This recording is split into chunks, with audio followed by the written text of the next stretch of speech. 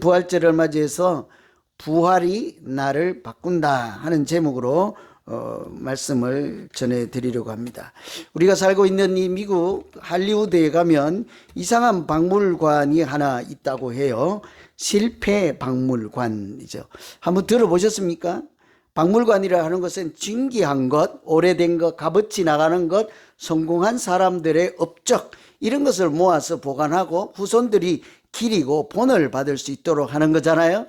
그런데 이것은 잘못된 것, 떨어진 것, 낙방한 것, 못 쓰는 것, 고장난 것을 모아놓고 박물관이라고 한대요.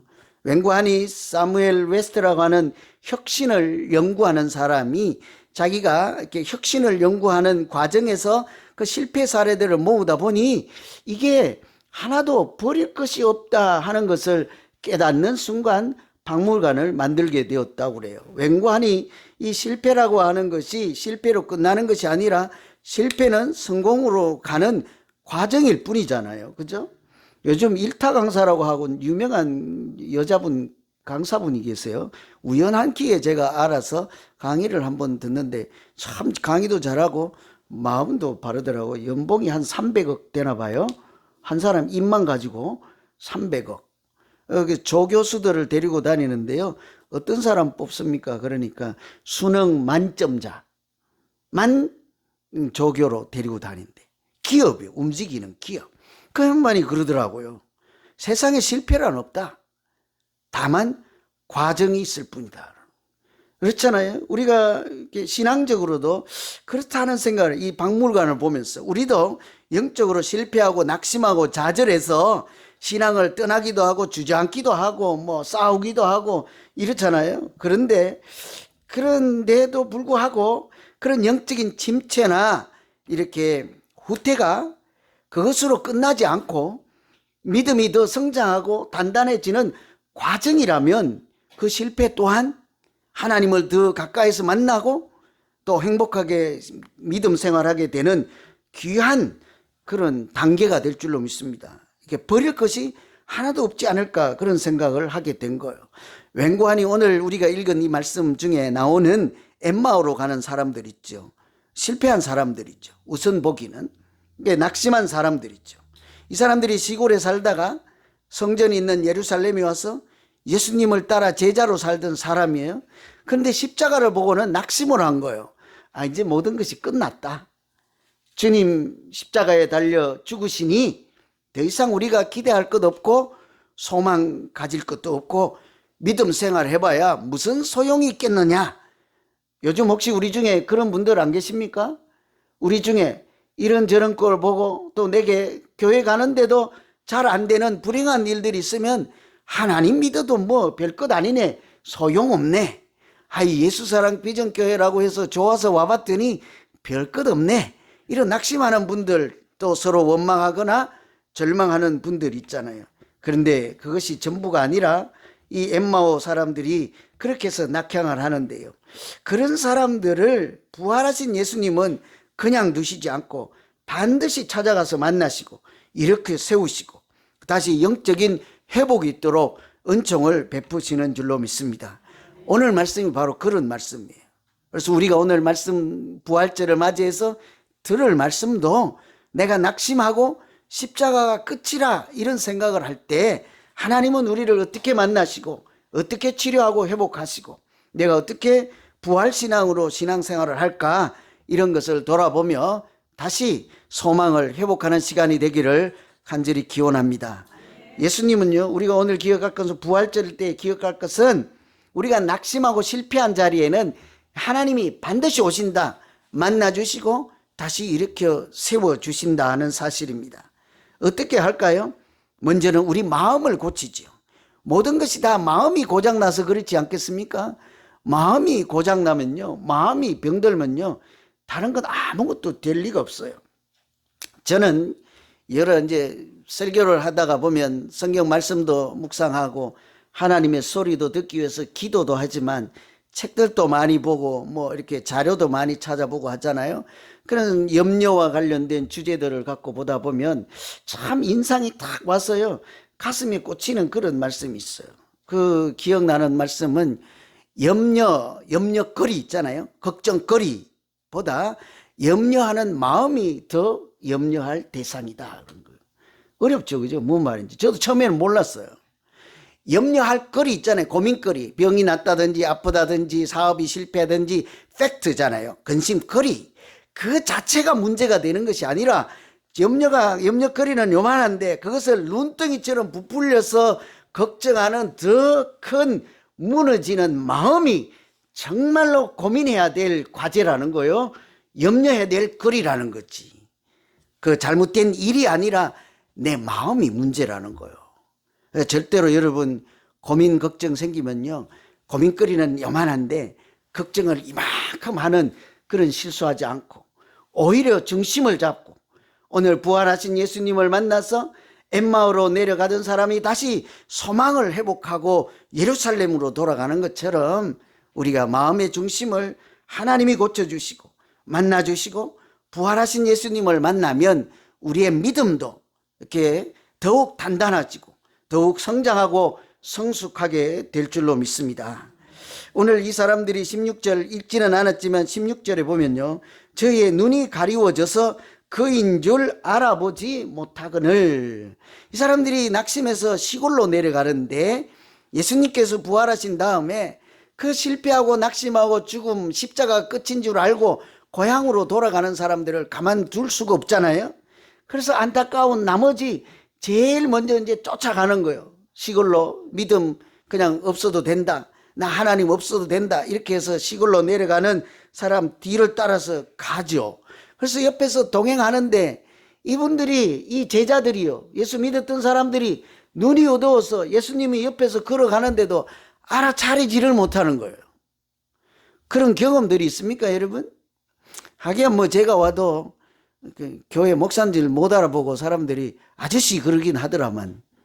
우리 교회도 제가 늘 설교하지 않을 때는 흐름하게 입고 잠바 입고 이러니까 이렇게 아저씨 그런 거 이제 등 돌려 보니까 이제 저니까 아이고 목사님 죄송해요 이럴 수도 있잖아요, 그죠? 저는 확실한 경험이 있어요. 옆에 가는데 못 알아봐. 우리 좀 외람되지만 우리 어르신, 우리 사랑하는 장모님 이게 연세가 드셔서 건강은 하셨는데 눈이 좀 어두웠어요. 그래서 이렇게 제가 이제 시골에 살다가 서울에 오시면 마중을 나가요. 딸 대신에 제가 마당에, 아파트 마당이 넓잖아요. 가서 이렇게 와서 먼저 가서 아이고 오셨냐고 인사 안 하고 좀 놀려보는 거죠. 옆에 한참 따라다녀봐 이렇게. 그러면 경비실에도 갔다가 아파트 저쪽 통로에도 갔다가 우리 집을 못 찾아가 막 헤매잖아요.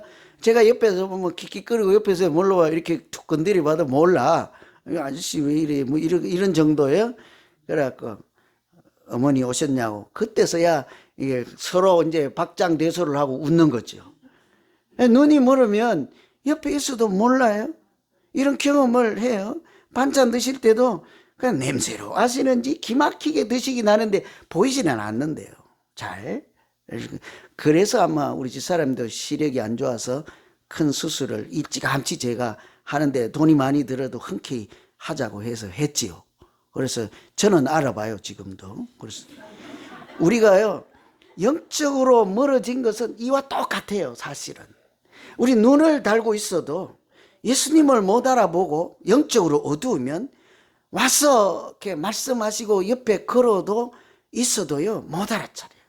하나님께서 우리 집에 계시고 우리 교회에 계시고 내 인생에도 계신데 못 알아봐서 내가 영적인 은혜도 누리지 못하고 신앙생활에도 재미가 없고 교회 와도 재미가 없고 그런다면 그만큼 그보다 더 안타까운 일이 어디 있겠습니까? 저는 오늘 부활절을 맞이해서 엠마오로 가던 청년들이 하나님께서 영안을 다시 열어주시고 그 마음을 뜨겁게 하여서 신앙을 회복해 주시는 은혜가 오늘 우리 모두에게도 일어나기를 간절히 기원합니다. 이 엠마오라고 하는 단어 자체가요, 모른다 하는 뜻이에요. 알지 못하는 길이라는 뜻이에요. 엠마오로 가는 사람을요, 엠마오로 올라간다라고는 하지 않습니다. 영적인 표현이에요. 예루살렘은 반대로 예루살렘으로 내려간다라고는 하지 않습니다. 지리적으로 높은 곳에 있고 낮은 곳에 있고에 상관없이 예루살렘은 성경책을 읽어보면 항상 올라간다라고 해요. 영적인 봉부니까요. 하나님이 계시고 하나님의 집이 계시고 만민이 기도하는 집, 하나님을 만나는 곳이니까요. 그때는 항상 올라간다는 거예요. 그러니까 우리 예수사랑 비전교회 올라가자 이렇게 얘기하는 거죠.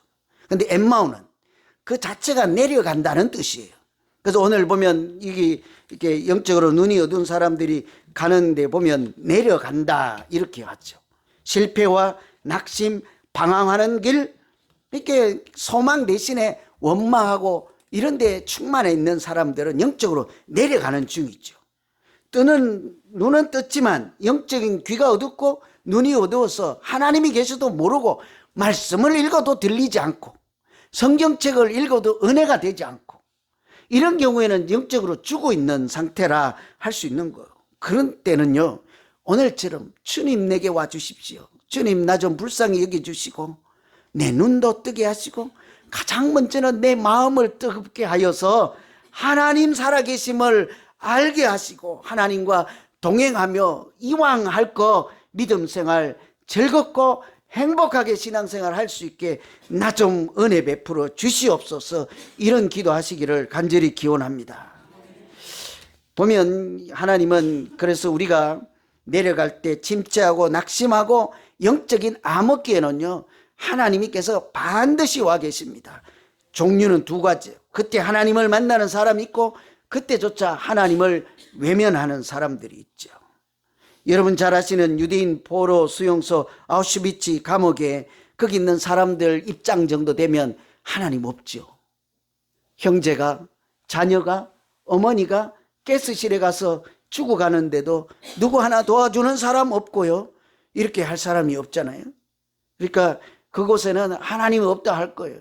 뒤에 계신 분요, 앞에 권사님 물 한 잔 갖다 주세요. 우리 성가대 맨 앞줄. 이렇게 그런 데 곳에는요, 하나님 어디 계십니까? 하나님 살아 계십니까? 막 이런 얘기 할 거예요. 그런데 그런 사람들이 이구동성으로 하나님 믿어도 소용없다, 하나님 안 계신다 이러는데 어떤 사람이 그것을 보고는 그 벽에다 한 글자 쓰는 거예요. God is here. 하나님이 여기 계신다. 아무도 하나님이 계신다고 말할 것 같지 않는 곳에 하나님이 계신다 하고 믿음으로 그곳에도 여전히 계시는 하나님을 보는 사람들이 있다고요. 나한테도 거기 하나님 안 계실 것 같아. 요나처럼 여러분 물고기 뱃속에 사로잡혀 물고기 밥이 되었던 요나 입장이 되면 뭐라고 하겠습니까? 그곳에 물고기 뱃속에 하나님이 계실 리가 없지요. 그런데 요나가 거기에서 뭐라고 합니까?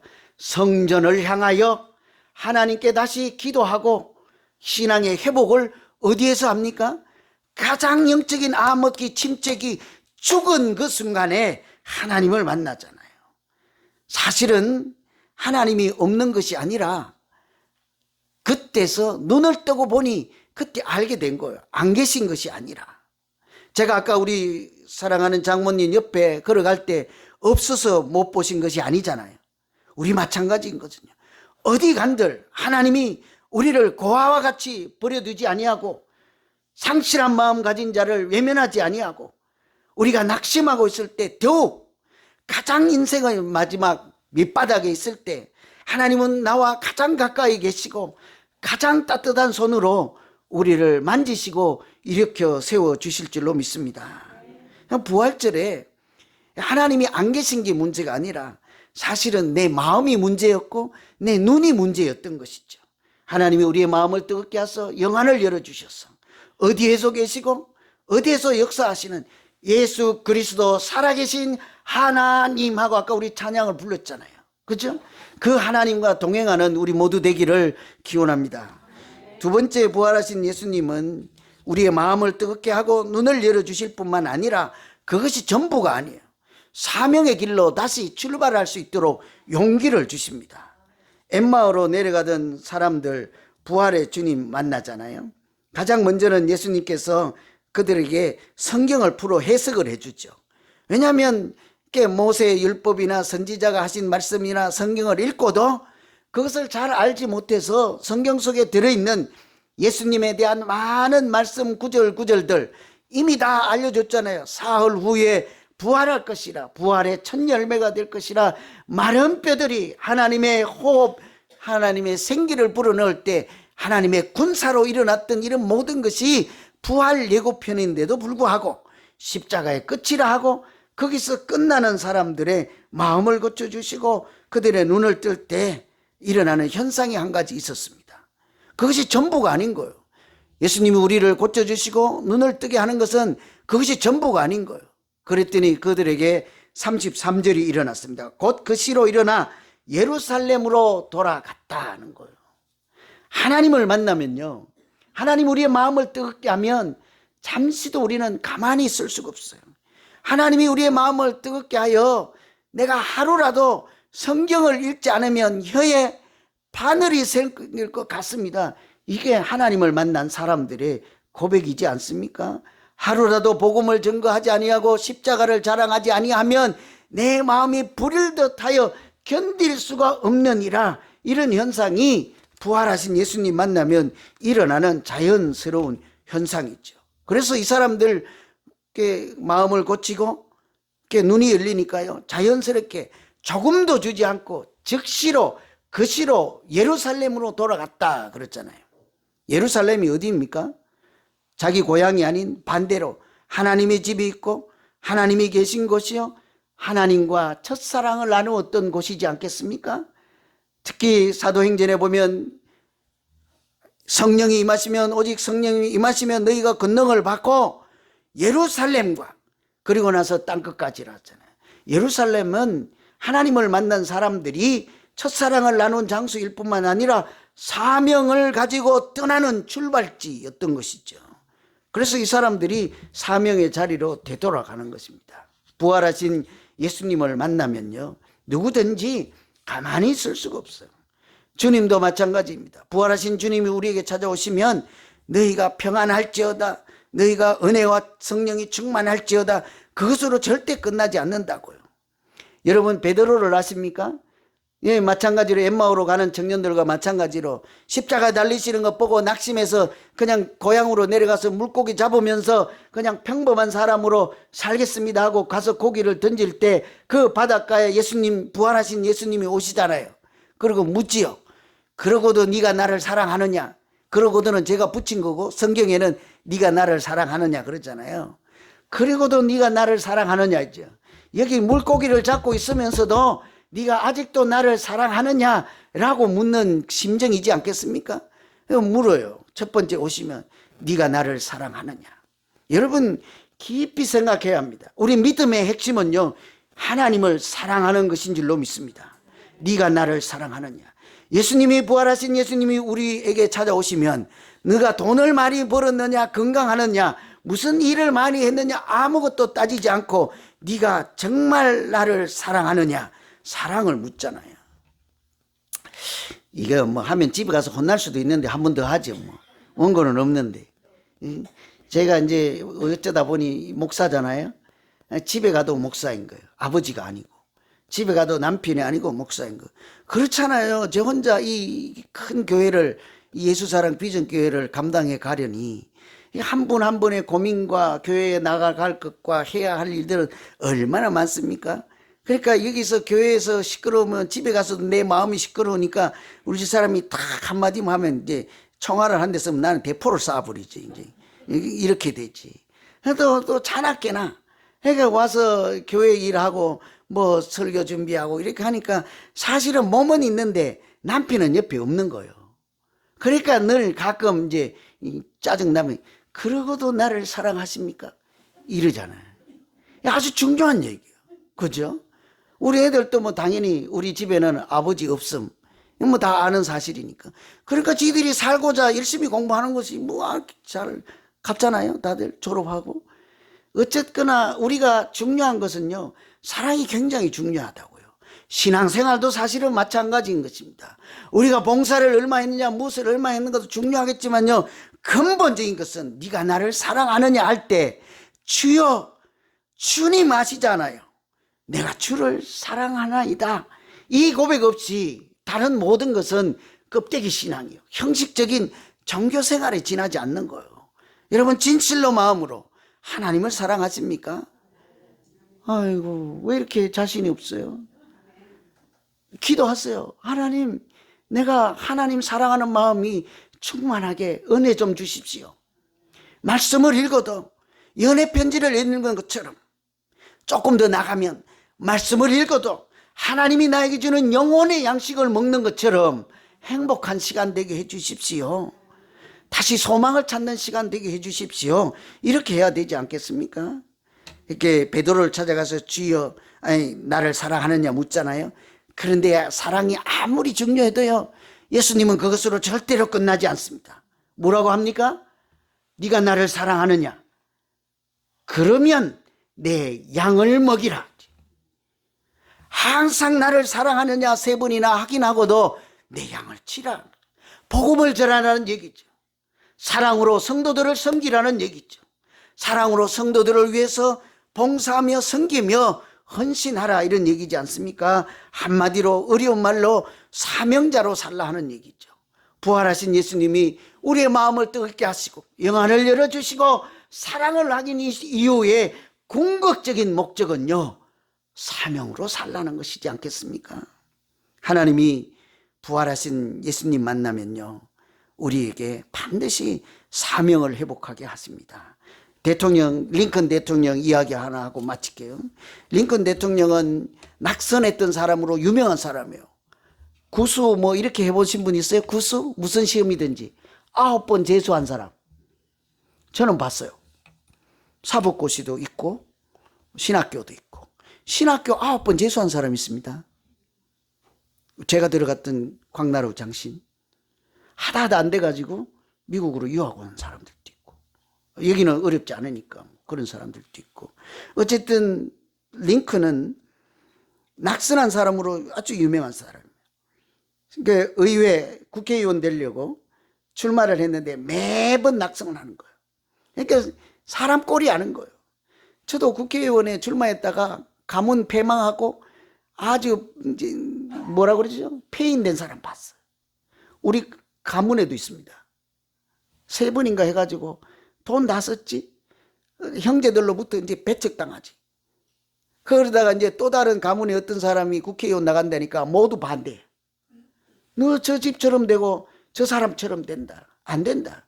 이 사람은 하도 뜯어말려서 나가지도 않았죠. 링컨도 마찬가지로 하도 낙선하니까 주변에 가족들, 친구들, 주변 사람들이 저러다 사람 잡는다, 죽는다, 폐인된다. 정말 그렇죠. 그때 당시 회고록에 이렇게 회상해요. 나는 지금 이 세상에서 가장 비참한 인생을 살고 있다. 링컨 자신도 알아요. 하도 낙선하니까 가장 비참한 인생을 살고 있다. 제기할 수 없을 것 같은 심정이요, 인생의 막다른 골목이다. 남들이 그렇게 생각하는 자기도 안 돼요. 그런데요, 그것이 전부가 아니었습니다.